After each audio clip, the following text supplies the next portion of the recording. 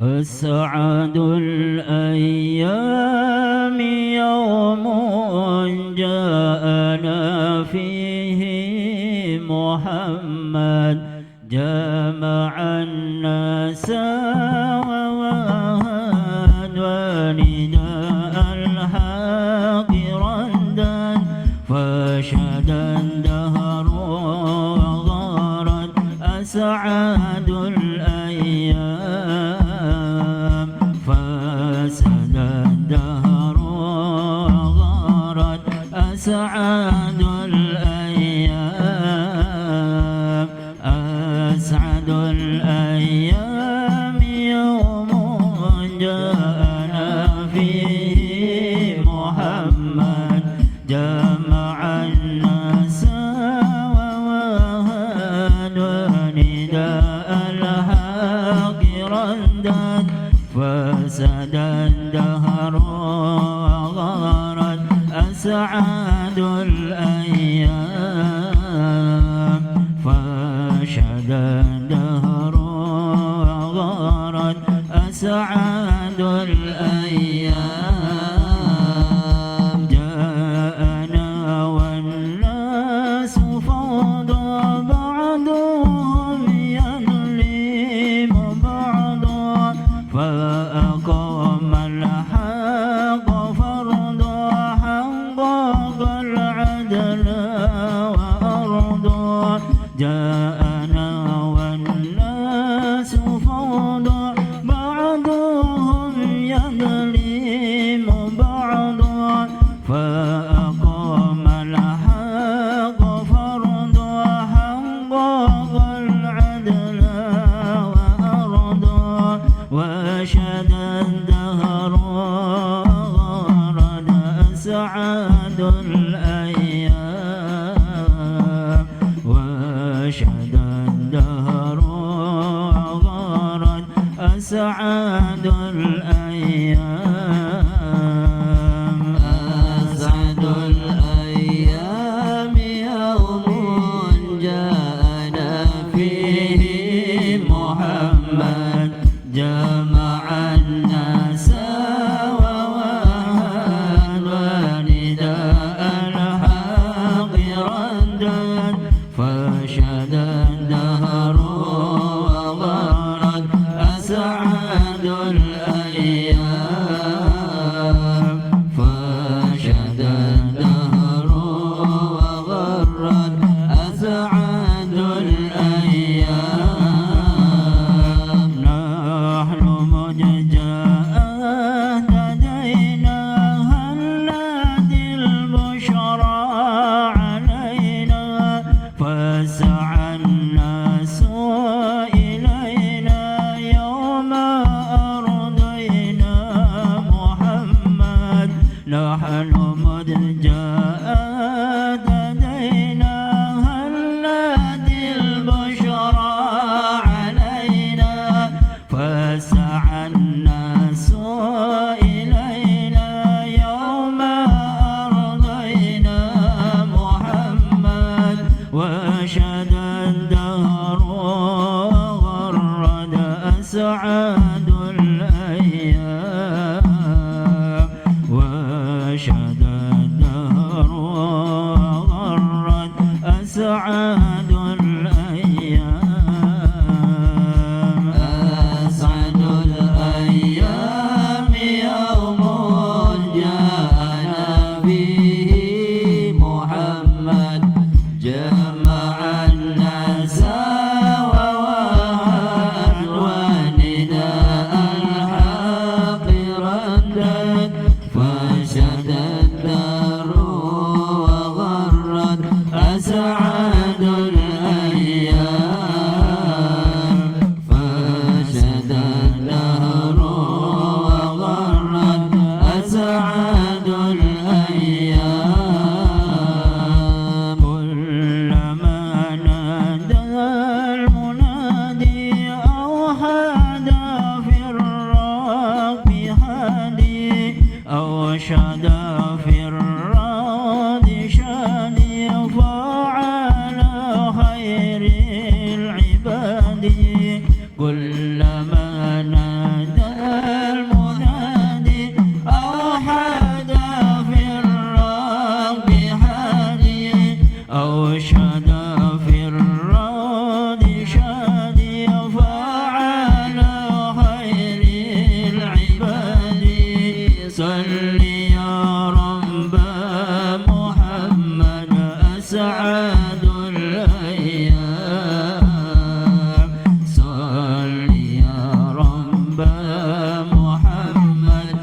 أسعد الأيام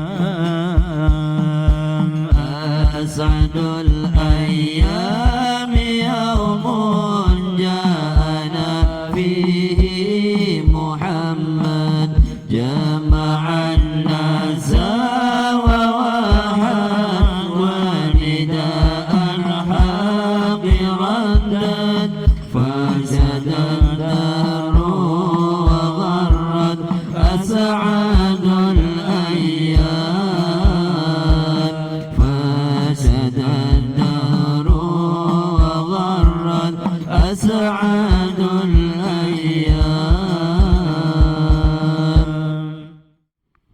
Bismillahirrahmanirrahim. Innal hamdalillah nahmaduhu wa nasta'inuhu wa nastaghfiruh wa na'udzu billahi min shururi anfusina min sayyiati a'malina may yahdihillahu fala mudhillalah wa may yudlil fala hadiyalah. Asyhadu an la ilaha illallah wahdahu la syarika lah wa asyhadu anna sayyidana wa nabiyyana Muhammadan abduhu wa rasuluhu la nabiyya ba'dah. Allahumma salli wa sallim ala sayyidina Muhammad sahibil busra salatan tubashiruna biha wa ahlana wa auladana wa jami'a masyayikhina wa muallimina wa talabatana wa talibatina min yaumina hadha ila yaumil akhirah. Amma ba'd, ya sama-sama kami muliakan para habaib, para asatid, para sepuh, hadirin hadirat yang alhamdulillah malam hari ini kita semua berkumpul kembali di majelis yang mulia, pada acara yang mulia. Mudah-mudahan kita semua mendapat kemuliaan dari Allah. Mudah-mudahan yang sakit di antara kita disembuhkan oleh Allah, dipanjangkan usia kita, disehatkan badan kita, dilapangkan rezeki kita, dimudahkan urusan kita, disoleh-solehahkan keluarga dan keturunan kita, dan kelak mudah-mudahan semua kumpul bersama Nabi besar Muhammad sallallahu alaihi wasallam. Amin ya rabbal alamin. Hadirin hadirat yang dimuliakan oleh Allah subhanahu wa ta'ala, malam hari ini kita bersama-sama belajar sampailah kepada al-maqalah Al-maqalatus sadisah, makalah yang keenam atau nasihat yang keenam. An Abdullah bin Mas'ud radhiyallahu anhu. Nasihat yang keenam datang dari sahabat Abdullah bin Mas'ud radhiyallahu taala anhu warḍah. Beliau mengatakan, kam min mustadrajin bin ni'mati alaihi wa kam min maftunin bithanahi alaih wa kam min maghrurin bisatri alaihi. Kam min mustadraj, kam berapa banyak, min mustadrajin orang-orang yang diberikan istidraj. Istidraj itu apa? Istidraj itu seakan-akan dipenuhi nikmat oleh Allah, padahal hakikatnya Allah Ta'ala sedang memberikan siksa kepada orang tersebut. Ya, dunia beli entok-entok, ya urusan gampang baik, ya padahal bukan orang yang soleh, bukan orang yang bertakwa. Ini namanya istidraj. Ay makhudin qalilan qalilan. Istidraj itu adalah orang yang disiksa oleh Allah qalilan qalilan, sedikit demi sedikit. Dengan apa disiksanya? Bin ni'mati alaih, dengan Allah berikan nikmat kepada orang tersebut. Ya, orangnya enggak bener, tapi uripeku seakan-akan enak baik, ya gampang baik, padahal ibadah belilok ibadah. Ini bisa jadi itu bukan nikmat, akan tetapi istidraj. Ya, istidraj. Allah Ta'ala berikan musibah kepada orang tersebut dengan apa? Dengan nikmat. Artinya nikmatnya itu tidak bisa digunakan di jalan Allah. Nah, kelak orang tersebut akan mendapatkan siksa dari Allah Subhanahu wa Ta'ala. Itu namanya istidraj. Wa kam min maftun, dan berapa banyak orang yang diuji, ay mumtahin bil bala. Berapa banyak orang yang diuji oleh Allah Subhanahu wa Ta'ala dengan bala bisanai, berupa pujian, ay bikasrati sana'in nas. Diberikan ujian oleh Allah berupa apa? Berupa orang tersebut mendapatkan banyak pujian dari orang lain. Ini dibalik pujian itu bisa jadi musibah. Dibalik pujian orang tersebut bisa jadi ujian, ya, bagi orang yang dipuji. Berapa banyak orang yang tertipu gara-gara pujian, dipuji, akhirnya kelalen kabeh. Akhirnya jauh dari Allah Subhanahu wa Ta'ala. Wa kam min maghrur, dan berapa banyak orang yang tertipu, ay mutmainnu qalbuhu fid dunya wa ghafilun anil akhirah. Berapa banyak orang yang tertipu, hatinya tenang hidup di alam dunia, sedangkan dia lupa terhadap kehidupan setelah dunia, yaitu setelah kehidupan akhirat. Bisatri, dengan apa Allah Ta'ala tipu orang tersebut? Bisatri, dengan Allah menutupi aib-aibnya. Ya, ada orang singunggal dina nyolong, beli ketangguhan, padahal orang tersebut sedang ditutup aibnya oleh Allah Subhanahu wa Ta'ala. Sehingga karena dia mencuri nggak pernah ketahuan, akhirnya mencuri lagi dengan tenang, seakan-akan nggak punya beban. Padahal demikian itu aibnya sedang ditutup oleh Allah Subhanahu wa Ta'ala. Padahal kalau dibuka oleh Allah, ya pasti aibnya akan tersebar, ya, pencuriannya akan ketahuan, dan seterusnya. Ini nasihat bagi kita, sehingga kita hidup di alam dunia ini harus hati-hati. Ya, ketika ada orang memuji kita, hati-hati. Ketika kita hidup di alam dunia tenang, akan tetapi kita jauh dari Allah Subhanahu wa Ta'ala, ya hati-hati. Kemudian ketika kita mendapatkan banyak nikmat, ya seakan-akan hidup ini enak, seakan-akan hidup ini nikmat, padahal kita tidak mau beribadah kepada Allah Subhanahu wa Ta'ala. Ini banyak macam dan modelnya. Ya, pertama, berapa banyak orang yang diberikan istidraj oleh Allah Subhanahu wa Ta'ala. Ya, diberikan nikmat yang banyak. Ya, orang yang melihat, waduh, uripe kok enak temen ya, santai, enak, nikmat, padahal beli gelem ibadah, beli lok ibadah. Padahal uripe dolim ning wong sejen, tapi kok katone enak baik. Ini bisa jadi istidraj. Nikmat yang Allah berikan kepada orang tersebut hakikatnya bukan nikmat, akan tetapi apa?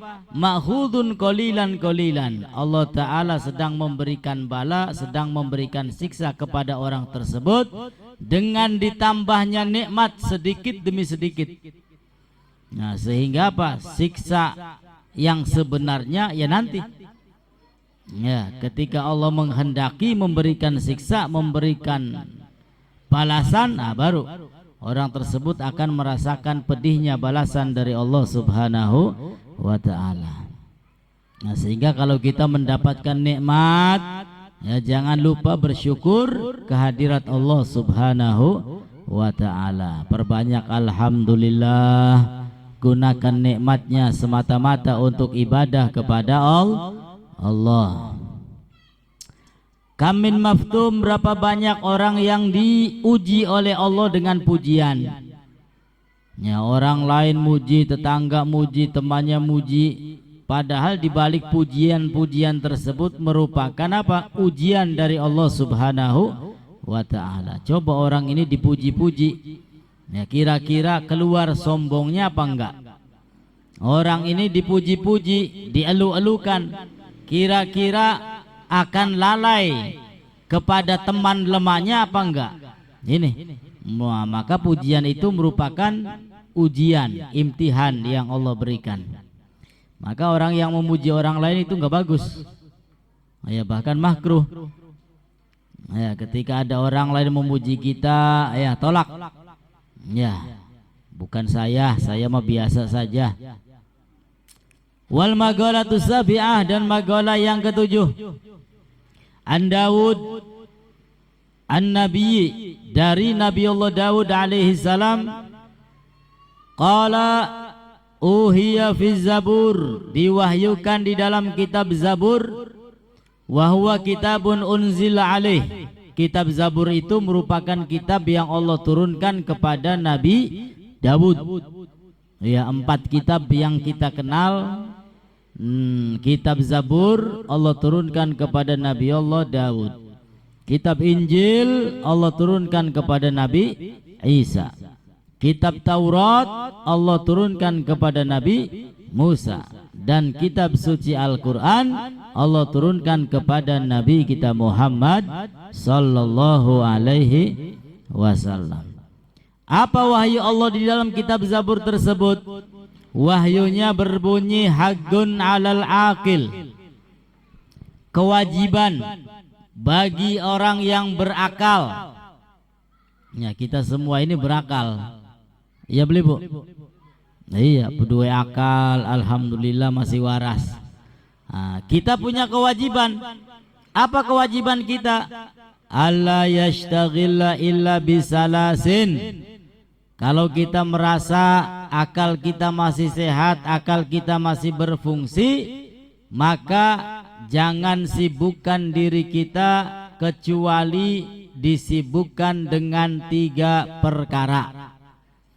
Ya, sibukkan kita semua dengan 3 perkara. Apa itu? Yang pertama, tazawudun lima'ad, mengumpulkan bekal. Lima'ad ay li akhiratihi, untuk kehidupan akhiratnya. Bagaimana cara mengumpulkan bekal? Bi'ada'il a'malis sholihah, dengan melakukan amal-amal soleh. Malam Rebo mangkat pengajian, ki lagi ngumpulakan bekal. Daripada nganggur ning omah baca Al-Quran, lagi ngumpulakan bekal. Daripada nganggur ning omah baca sholawat, ya, sodakoh, berbuat baik, istighfar, dan segala macam amal-amal kebaikan, amal soleh, itu kita lakukan semata-mata kita kumpulkan untuk bekal, terutama nanti di kehidupan akhirat. Ya, walaupun kadang-kadang Allah Ta'ala berikan balasan di alam dunia. Ya, orang sedekah itu balasannya bukan hanya di akhirat. Kadang-kadang Allah Ta'ala berikan amal sedekah itu di dunia dibalas oleh Allah, di akhirat pun akan mendapat balasan yang baik dari Allah Subhanahu wa Ta'ala. Nah, sehingga kata Nabi Shallallahu alaihi wasallam, ya, sodako itu sangat-sangat dianjurkan, baik sodako terang-terangan ataupun sodako secara tersembunyi. Dan sodako itu banyak sekali dilakukan oleh ulama-ulama kita terdahulu. Di antaranya untuk apa? Memancing rizki. Anfik ma fil jaib ya'tika ma fil ghaib. Keluarkan apa yang ada di kantongmu, yang ada di sakumu, ya'tika, akan datang kepadamu, ma fil ghaib, rizki yang tidak disangka-sangka. Ya, keluarkan apa yang ada di saku kita, maka insya Allah kelak Allah berikan rizki tanpa disangka-sangka. Mana qasamalun an sodakoh. Nabi juga bersabda, harta benda tidak akan berkurang karena sodakoh. bal yazdad, justru makin bertambah dan bertambah. Ini kan nyata di alam dunia. Ketika kita sedekah, maka suatu saat Allah lapangkan rezeki kita. Bisa jadi karena sedekah kita yang istiqomah sehingga Allah lapangkan rezeki kita. Ini balasan di alam dunia. Belum lagi nanti di alam akhirat. Tapi inti dan poinnya ketika kita melaksanakan amal-amal soleh adalah mengumpulkan poin, mengumpulkan pundi-pundi, mengumpulkan pahala ya untuk kehidupan kita setelah alam dunia. Urip ning alam dunia bae kudu ngeceki duit. Ya kudu gawa bekal, bakal kepengen enak. Tapi bakal kepengen belenak ya wis ora usah gawa bekal. Haus kehausan, lapar kelaparan, wis segala macam belenak kabeh. Nauzubillahi min dzalik. Baru di alam dunia, apalagi di alam akhirat nanti. Ya di alam dunia masih mending. Kita nggak punya uang, bisa pinjem. Ya kelaparan 2 hari belum makan, bisa minta sama keluarga, sama tetangga. Masih banyak orang yang kita mintai bantuan. Nah di kuburan, ya sendirian. Ya mau minta bantuan sama siapa? Kalau bukan diantaranya sama amal soleh. Nah itu yang pertama, tazawud lima'ad, kumpulkan bekal untuk kehidupan akhirat. Ya, ini tercantum di dalam kitab Zabur. Allah Ta'ala mewahyukan kepada Nabiullah Daud alaihi salam, sibukkan diri kalian. Pertama apa? Sibukkan untuk mengumpulkan bekal untuk kehidupan di akhirat. Yang ngaji sing akeh, baca Quran sing sering, sedekah sing akeh, terus sebisa kita semaksimal mungkin. Ya semakin banyak amal soleh yang kita lakukan, maka kelak kita semua akan menuai bekal, menuai ridho Allah Subhanahu wa ta'ala.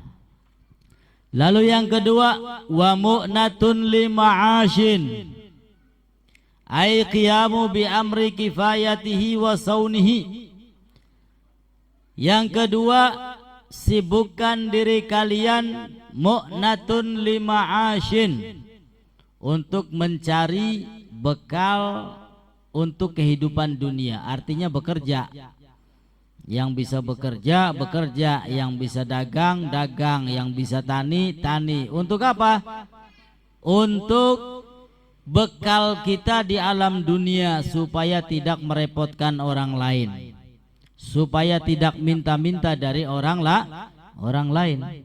Karena orang Islam yang kuat itu yaitu ya, sehingga tidak merepotkan orang lain. Qiyam bi amri kifayatihi wa saunih. Wa fi ibarah marammatun lima'ashin. Di dalam ibarat yang lain adalah memperbaiki untuk kehidupan di alam dunia, ya bekerja, cari nafkah, cari rezeki. Idza qudiyatis sholatu fantasiru fil ar wabtaghu min fadlillah. Kalau salat Jumat sudah dilaksanakan, intashiru, ya menyebarlah kalian semua di muka bumi. Untuk apa? Untuk mencari ya apa? Mencari keutamaan dari Allah Subhanahu wa ta'ala. Cari rezeki, cari uang. Untuk apa? Untuk istri, untuk anak. Ya semuanya butuh uang. Walaupun semua itu apa namanya, uang bukan semuanya, akan tetapi semuanya butuh uang. Jangan sampai kita malas bekerja, karena bekerja juga merupakan sunnah Nabi kita Muhammad sallallahu alaihi wasallam. Uslah ibadah bae kok garjaki mata ka dewek. Ya tekane sing endi. Akhirnya anaknya njaluk duit laka, nangis benggal dina. Rabine njaluk belanja laka, wah ngamuk-ngamuk bae, wis berantakan urusane. Ya urusannya berantakan, ibadahnya berantakan. Nah, sehingga bekerja merupakan sunnah Nabi kita Muhammad, terutama berdagang. Nabi Muhammad itu 12-13 tahun sudah berdagang, 17-18 tahun dagangannya itu sudah melanglang buana. Nah, ya, sudah jago. Itu yang ke berapa tadi? Yang kedua. Dan yang ketiga, wa talabul ladzatin bihalalin. Sibukkan diri kita dengan mencari kenikmatan dengan rizki yang halal. Kalau kita ingin menikmati alam dunia ini, tentunya dengan rizki yang halal. Pengen mangkat kaji dengan uang halal, umroh dengan uang halal, nelaktir keluarga dengan uang halal.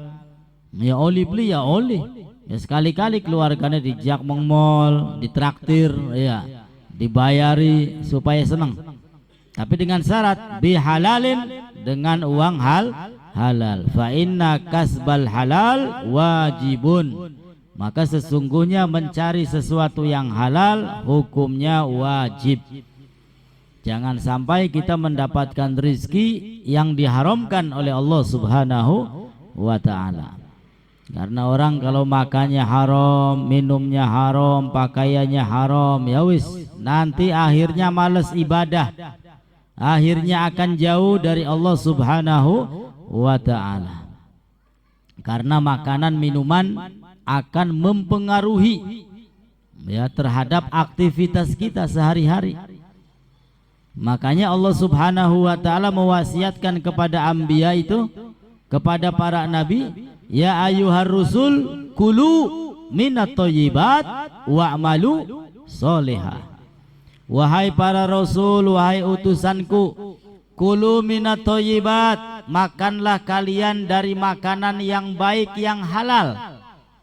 Wa'malu sholihah. Nah, setelah itu baru Allah perintahkan dan kerjakan amal soleh. Ya, jadi penting makanan, minuman, cari pekerjaan, cari uang yang halal.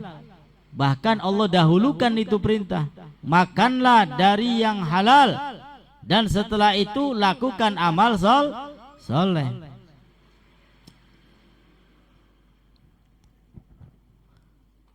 Wal magalatu samina, dan magalah yang ke-8, an Abi Hurairah radhiyallahu an wasmuhu Abdurrahman bin Sahar.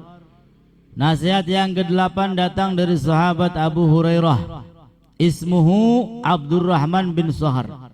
Abu Hurairah itu nama aslinya adalah Abdurrahman bin Sahar. Annahu qala, sesungguhnya beliau mengatakan, qala Nabi sallallahu alaihi wasallam, bersabda Nabi Muhammad sallallahu alaihi wasallam, salasun munjiat wa salasun muhlikat wa salasun darajat. Rasulullah sallallahu alaihi wasallam bersabda, salasun, 3 perkara, munjiat, yang bisa menyelamatkan manusia, yang bisa membebaskan dari siksa Allah Subhanahu wa ta'ala.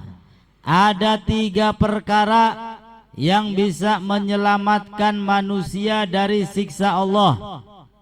Wasalasun muhlikat, dan ada 3 perkara yang bisa membinasakan manusia. Wasalasun darajat, dan ada 3 perkara yang bisa mengangkat derajat manazil fil akhirah, yaitu derajat nanti di kehidupan akhirat. Wasalasun kafarat, dan ada 3 perkara yang bisa menghapus dosa-dosa. Ini hadis Nabi Shallallahu Alaihi Wasallam yang datang dari Abdurrahman bin Sahar atau Abi Hurairah. Kata Nabi, 3 perkara bisa menyelamatkan umat manusia daripada siksa Allah. 3 perkara bisa membinasakan umat manusia. 3 perkara bisa mengangkat derajatnya di akhirat, dan 3 perkara bisa menghapus dosa-dosa.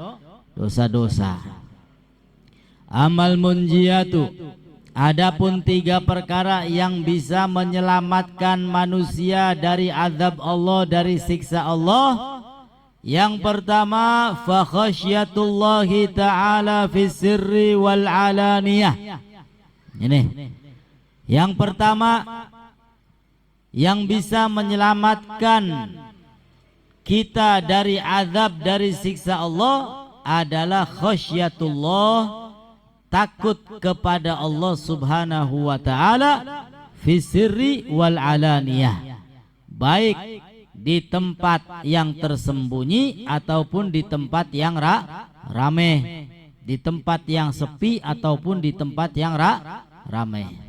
Takut kepada Allah artinya ketika mau melakukan maksiat, ya, dia ingat Allah, dia ingat balasan yang akan diberikan oleh Allah, dia ingat begitu panasnya, pedihnya siksa Allah, sehingga dia enggan melakukan maksiat kepada Allah Subhanahu wa ta'ala. Wislah beli sidak, ya bukan lagi enak-enak maksiat, tiba-tiba nyawai dicabut ning malaikat ijra, mati dalam keadaan su'ul khotimah, naudzubillahi min dzalik. Wislah beli sidak maksiatnya. Ya, ini takut kepada Allah. Ada kalanya ketika kita di tempat yang sepi, ya di rumah nggak ada orang, dewekan. Atau bisa jadi takut kepada Allah Subhanahu wa ta'ala di tempat yang ramai. Ya, tempat seperti ini, ya biasanya kalau di tempat-tempat yang ramai ini Masya Allah semua, ya seakan-akan kelihatannya orang yang paling takut semua kepada Allah Subhanahu wa ta'ala. Padahal bakal wis bubar mampu gini lah kasing weruh. Ya, iya, pejabat-pejabat itu, ya korupsi, ya laka sing weruh yang korupsi. Kenapa? Karena tidak ada rasa takut kepada Allah Subhanahu wa ta'ala. Qadimasir li'anna taqwallahu fihi a'la darajah. Kemudian Nabi SAW mendahulukan takutlah kepada Allah di tempat yang sunyi, didahulukan oleh Nabi Muhammad daripada di tempat yang ramai. Kenapa? Karena takwa kepada Allah di tempat yang sunyi itu lebih tinggi derajatnya di sisi Allah Subhanahu wa ta'ala dibandingkan takwa kepada Allah di tempat yang ramai. Bisa jadi wong mau ke beli sida maksiat gara-gara ake wong, bisa jadi beli sida nyolong gara-gara ake bukatan ketangguhan kok dikapruki uslah bersida nyolonge. Ya. Jadi bukan karena Allah takutnya. Nah, maka yang lebih tinggi derajatnya adalah ketika kita ingat, ketika kita bertakwa kepada Allah di tempat yang sunyi, di tempat yang sepi, laka wong, laka wing, ya. Harapan ngelakoni apa baya bisa keturutan, dosa apa baya bisa kelakonan, tapi wis belilah. Nah, dia enggan bermaksiat kepada Allah, maka derajat seperti ini lebih tinggi. Ya, mudah-mudahan setiap hari bertambah iman, takwa kita, takut kita kepada Allah. Amin ya rabbal alamin. Itu yang pertama, ya, yang bisa menyelamatkan daripada azab, daripada siksa Allah adalah rasa takwa, rasa takut kepada Allah Subhanahu wa ta'ala.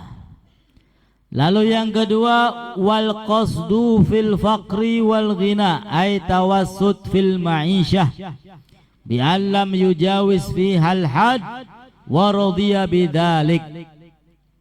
Poin yang kedua yang bisa menyelamatkan kita dari siksa Allah adalah wal qasdu fil faqri wal ghina, ay tawassut, tengah-tengah, melarat beli, sugi pisan ya beli, sedang-sedang baiklah. Ini orang yang hidupnya sederhana, ya, bisa menyelamatkan daripada siksa Allah Subhanahu wa ta'ala. Sebab apa? ketika ada orang fakir akan tetapi tidak bisa bersabar, ya hasilnya keburukan yang akan ia dapatkan. Wis melarat ngeluh baik, ibadah beli gelem sabar, tidak menerima takdir ini, maka setiap hari akan bertambah keburukan-keburukan. Atau kaya, dia menjadi orang kaya, akan tetapi apa? Kekayaannya tidak digunakan untuk ibadah.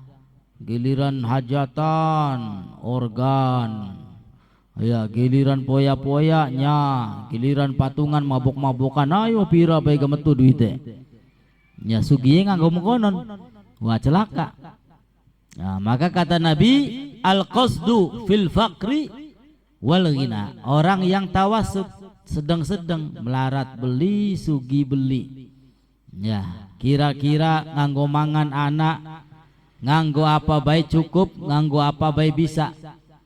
Ini orang yang bisa menyelamatkan daripada siksa neraka. Al-qasdu fil faqri wal ghina. Tawassud fil ma'isha bi an lam yujawiz fi hal had wa radhiya bidzalik. Ya, kalaupun dia menjadi orang yang sedang-sedang tapi dengan syarat. Ya, sedang-sedang, kadang-kadang kurang, ya. Syaratnya apa? Yaitu tadi tidak melampaui batas, ya. Walaupun hidupnya sederhana tapi ya sabar. Hidupnya fakir, sabar. Hidupnya kaya raya, syukur kepada Allah Subhanahu wa ta'ala, sehingga kekayaannya penuh dengan nilai ibadah. Ya, bukan sebaliknya melampaui batas. Melampaui batas, kaya tapi kekayaannya untuk maksiat. Nah, ini celaka ini.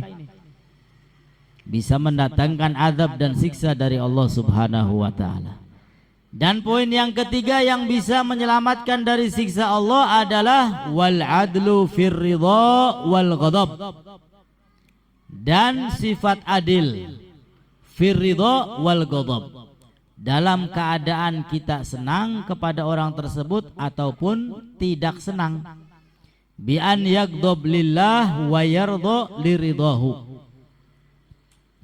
Sifat adil artinya kepada siapapun, baik orang itu kita senangi ataupun orang tersebut kita benci, perlakuan kita sama.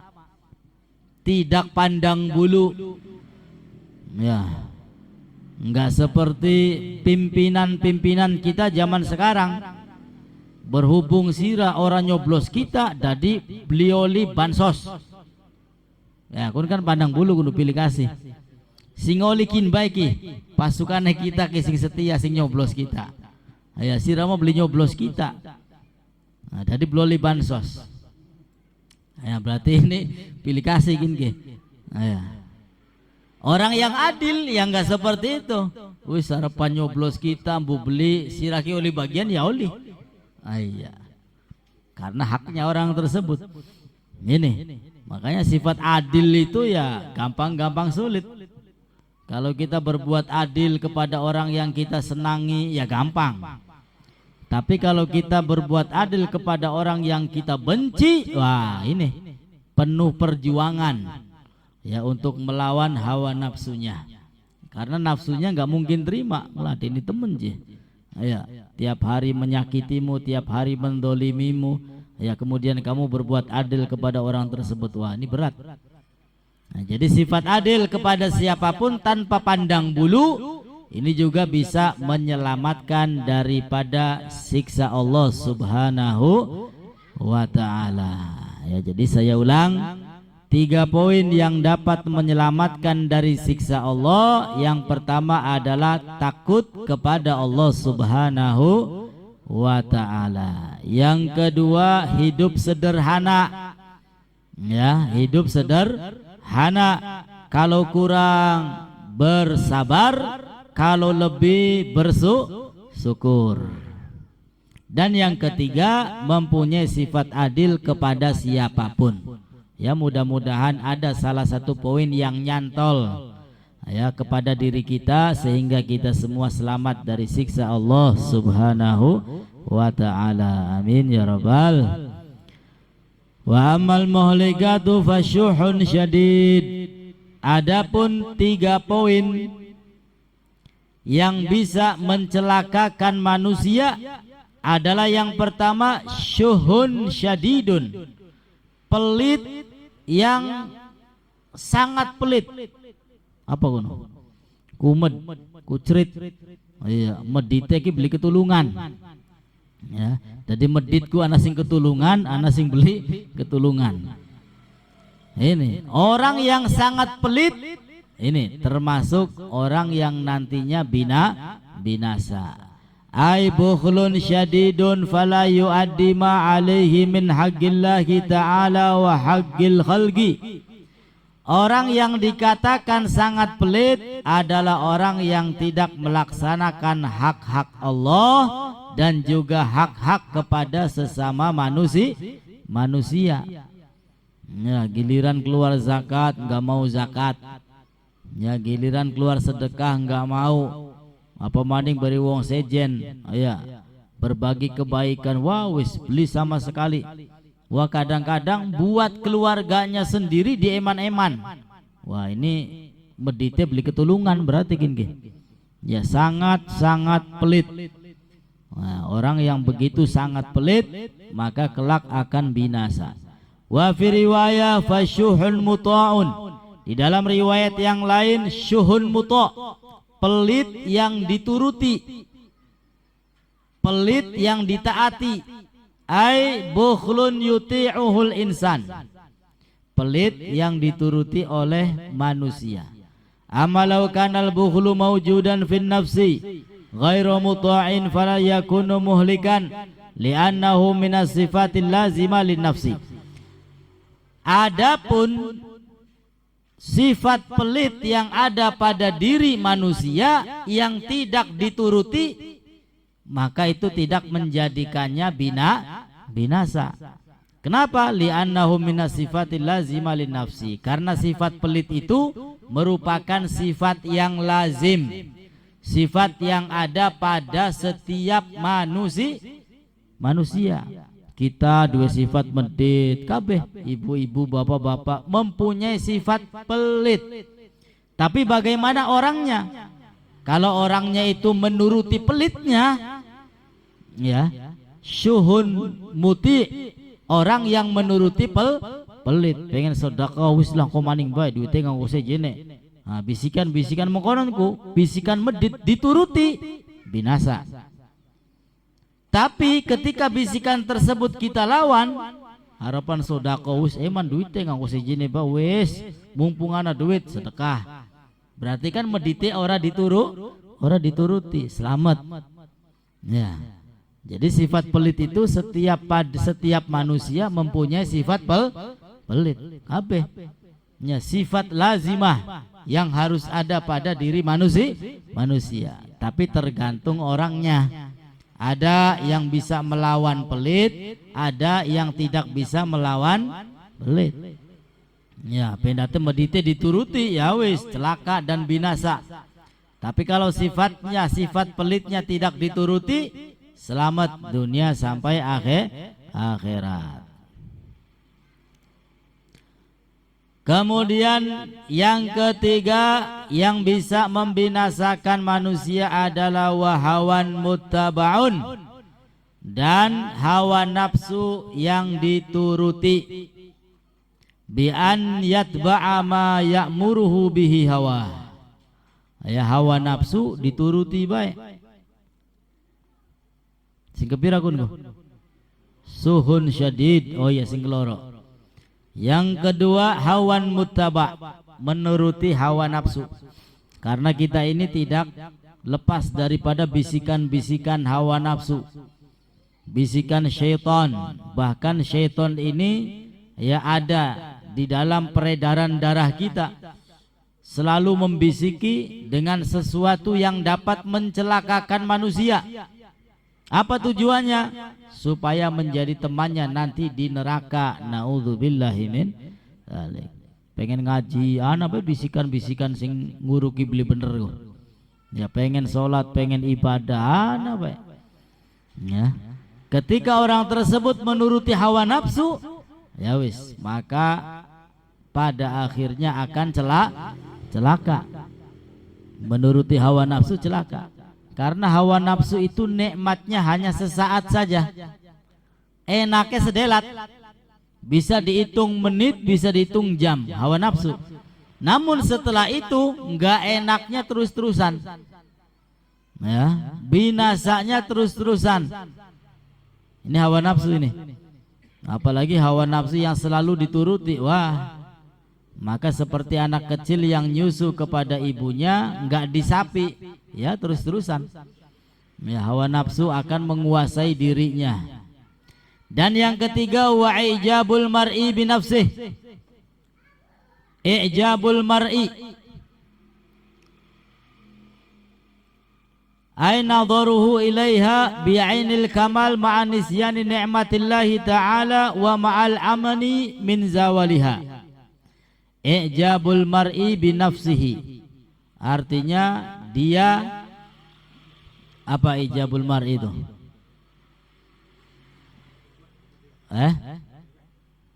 Apa? Nah, apa ya bahasa sing enak kamu kah?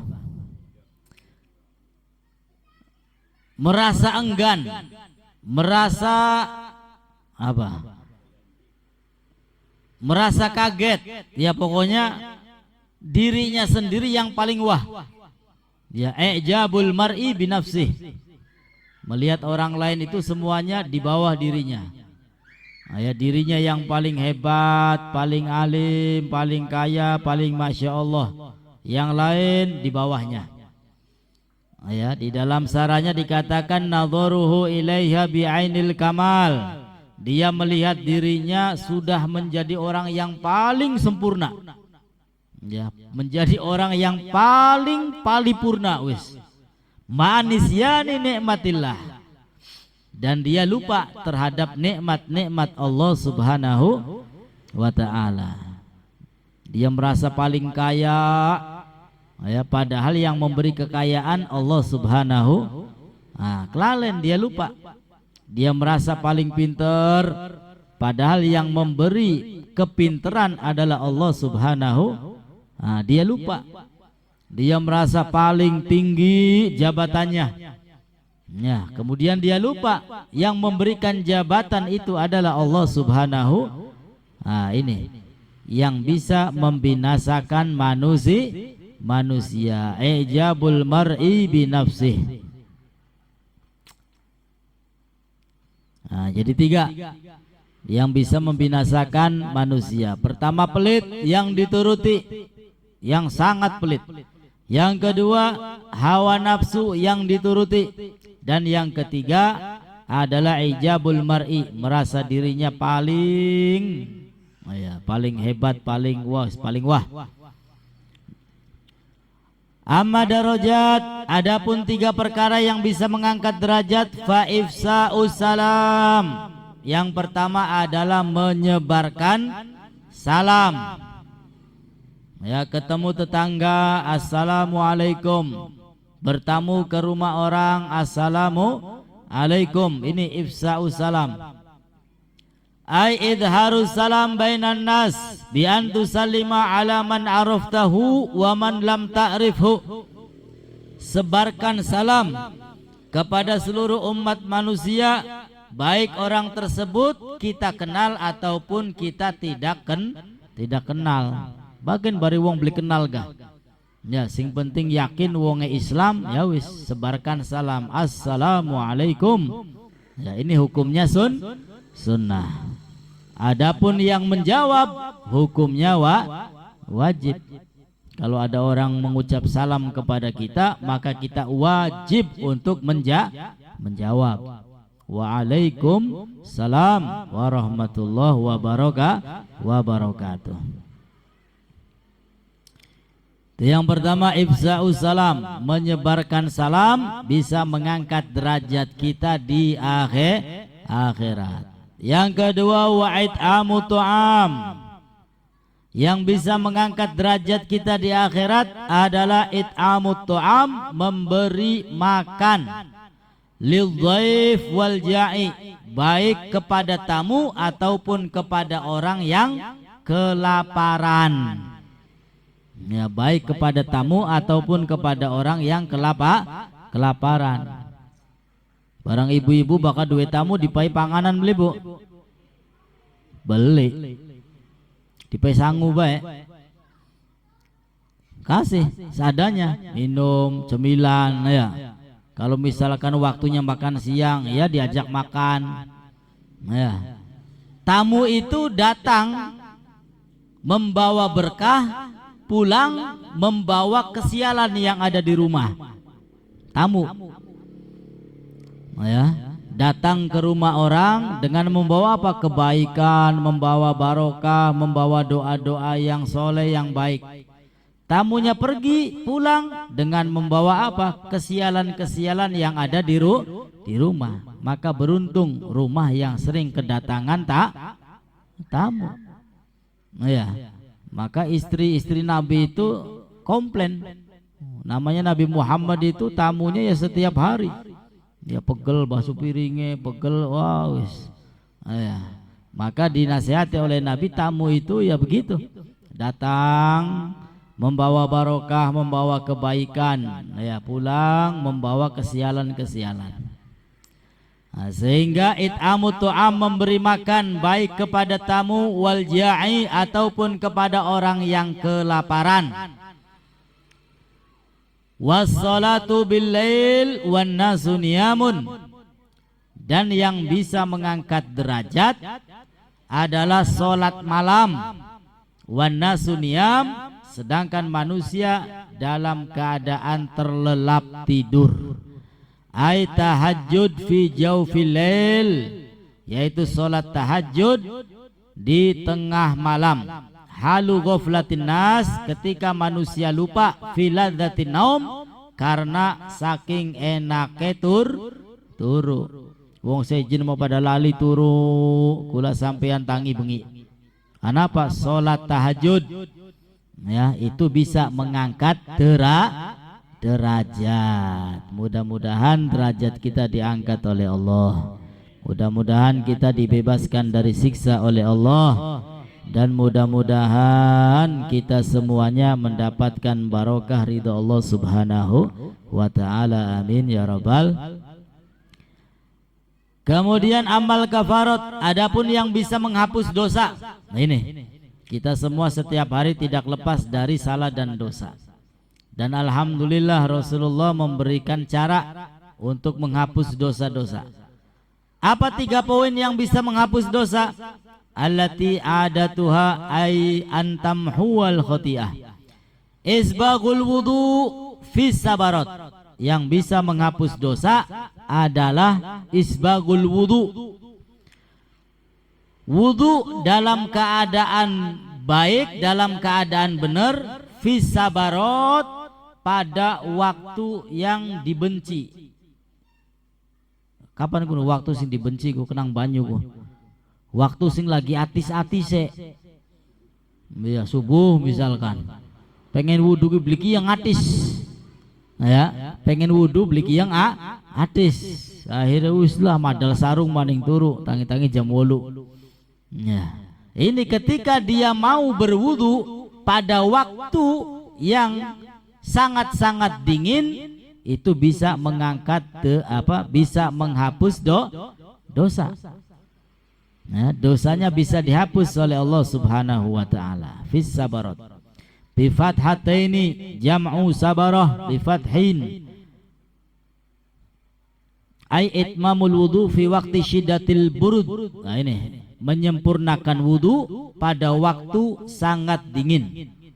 Artinya wudu yang sempurna itu yang sunnah-sunnah pun dilakukan. Ya, kumur-kumur, basuh lubang hidung, telinga, kemudian membasuhnya 3 dilakukan. Itu namanya isbaghul wudu.